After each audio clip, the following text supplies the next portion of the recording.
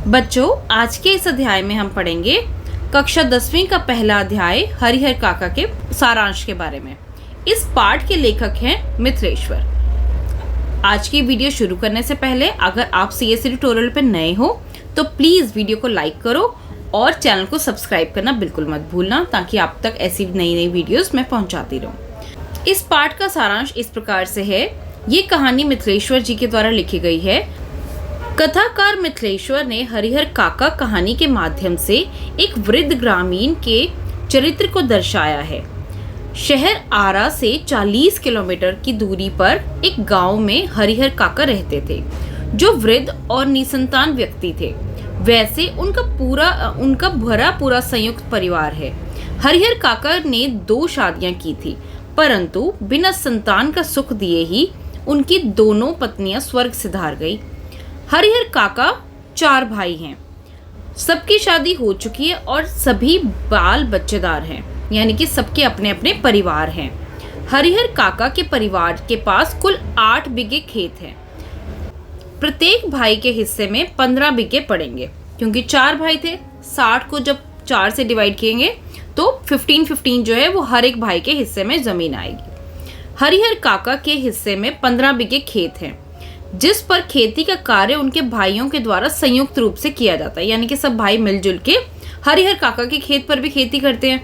हरिहर काका के तीनों भाई, उनकी पत्नियां और बच्चे उनकी देखभाल करते हैं। उन्हें भाइयों द्वारा यह सीख दी गई थी कि वे हरिहर काका की अच्छी तरह से सेवा करें, समय से नाश्ता खाने दें, किसी बात की तकलीफ ना होने दें। सभी परिवारजन काका की तबीयत खराब हो जाने पर चिंतित हो जाते थे। काका की इच्छा अनिच्छा का भी ध्यान रखा जाता था। उस सब के मूल में काका की जमीन थी। अब देखो, यहाँ पे हरिहर काका का क्योंकि अपना कोई परिवार नहीं था, पर उनके पास 15 बीघे जमीन तो थी, तो उनके हिस्से की जमीन किसी न किसी को तो जाएगी। तो इसलिए उनके परिवार के सभी सदस्य जो हैं वो उनका बहुत ज़्यादा ध्यान रखते हैं। उनके ज़मीन के लालच में उन सबके ध्यान में उनकी ज़मीन रहती थी कि अगर हम अच्छी सेवा करेंगे तो ये ज़मीन हमें दे देंगे। गाँव में ठाकुरबाड़ी थी, जिसमें लोगों की बहुत श्रद्धा थी। उस धार्मिक स्थान पर साधु संतों का आवागमन होता रहता था।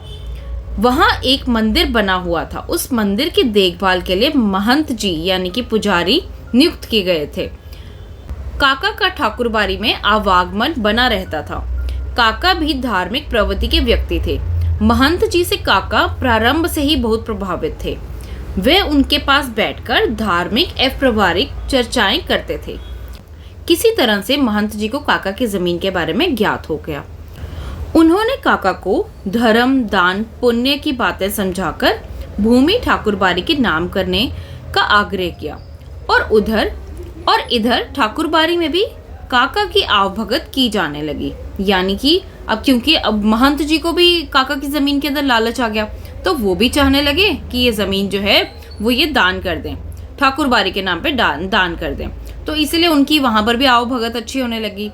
बार बार महंत जी के द्वारा काका को अपने हिस्से की जमीन ठाकुरबाड़ी के नाम करने के लिए कहा जाने पर वे समझ गए कि महंत जी जमीन के कारण ही उनको इतना सम्मान देते हैं। अब हरिहर काका भी इतने साल हो चुके थे जब जीवन के, तो वो भी इतना समझ चुके थे लोगों को देख के कि ये जो है वो जमीन के लालच में मेरा इतना सम्मान कर रहे हैं। जब काका के द्वारा कोई प्रतिक्रिया व्यक्त नहीं की गई तो महंत जी ने साम दाम दंड भेद की नीति को ध्यान में रखकर एक दिन काका को उनके घर से ही अपने आदमियों द्वारा उठवा लिया और जबरदस्ती कागजों पर अंगूठे के निशान लगवा लिए। यानी कि साइन की जगह पे उनके अंगूठे के इम्प्रेशन जो है उन पेपर्स पे ले लिए। खबर लगने पर उनके भाई पुलिस को लेकर ठाकुरबाड़ी में गए और वहां से बुरी हालत में काका की जान बचाकर अपने घर ले आए। अब यहाँ पे क्या है कि जब उनके फैमिली को पता चला कि काका को जो है हरिहर काका को महंत जी उठा के ले गए कुछ गुंडे उनके ज़मीन के लालच में और ज़बरदस्ती उस पर साइन ले लिए, तो वो वहाँ पे पुलिस को ठाकुरबाड़ी लेकर गए और काका की जो बुरी हालत हो रखी थी वहाँ से लेकर उनको घर लेकर आए। ठाकुरबाड़ी से वापस लौटने के बाद काका का ठाकुरबाड़ी के महंत जी के ऊपर से विश्वास उठ गया और उन्होंने ठाकुरबाड़ी के महंत जी के ऊपर मुकदमा दायर कर दिया, जिसमें उन्होंने जबरदस्ती अंगूठे के निशान लिए थे। अब यहाँ पे उन्होंने जो है, क्योंकि महंत जी के ऊपर से हरिहर काका का विश्वास उठ गया था और उन्होंने उनके ऊपर एक केस डाल दिया। केस के अंदर किसके खिलाफ केस था, किस लिए था कि उन्होंने जो है वो जमीन के कागजात पे उनका धोखे से अंगूठे के निशान लगवा लिए थे। इधर सीधे साधे भोले किसान की अपेक्षा हरिहर काका चतुर और ज्ञानी हो चले थे। अब क्योंकि वक्त के साथ जब वो देख रहे थे कि लोग मेरे साथ किस तरीके से बर्ताव बदल रहे हैं, तो वो भी धीरे धीरे चालाक होने लग गए। उन्हें आभास हो गया था कि उनको सुरक्षा और आदर अपने भाइयों से ही मिल सकती है, वे भी तब तक जब तक कि उनकी जमीन उनके पास है। परिवार में रहते हुए काका का समय बीतने लगा, लेकिन भाइयों की गिद्ध दृष्टि काका की जमीन पर थी। वे चाहते थे कि काका यह जमीन जीते जी उनके नाम कर दें, कहीं धोखे से महंत जी को यह मालूम नहीं हो जाए।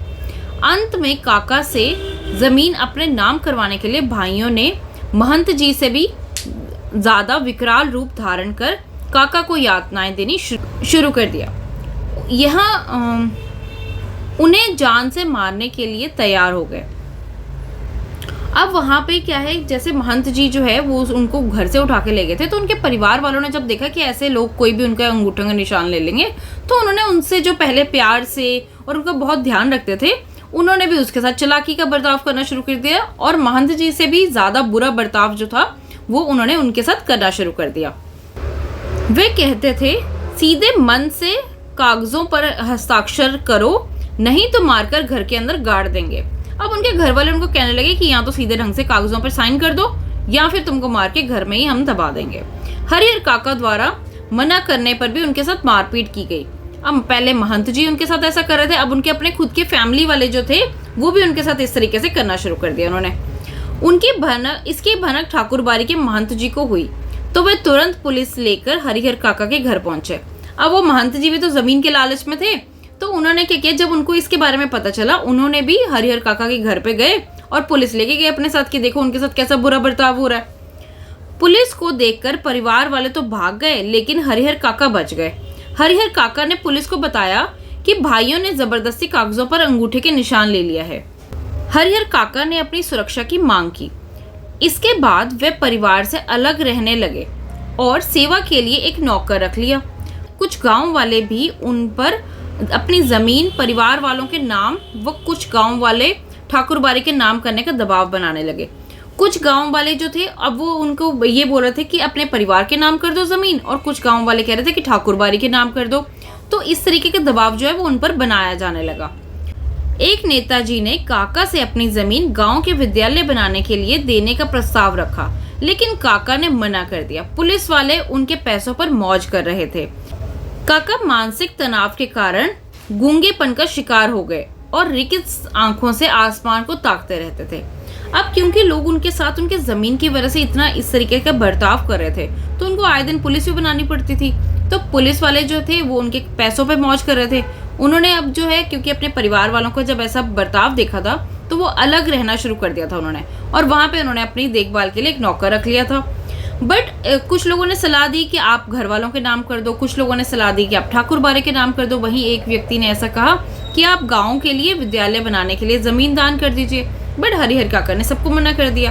अब इसकी वजह से वो एक मानसिक तनाव में रहने लगे और इसी के लिए वो खाली आंखों से अपना जो है वो आसमान को देखते रहते थे, ताकते रहते थे। आशा करती हूँ आपको आज का अध्याय अच्छा लगा हो।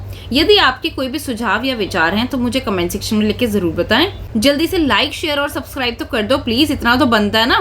तो मेरे को थैंक यू करने के लिए लाइक, शेयर और सब्सक्राइब जरूर करिएगा। Okay, till then take care, bye bye. मिलते हैं अगली नई एक न्यू वीडियो के अंदर।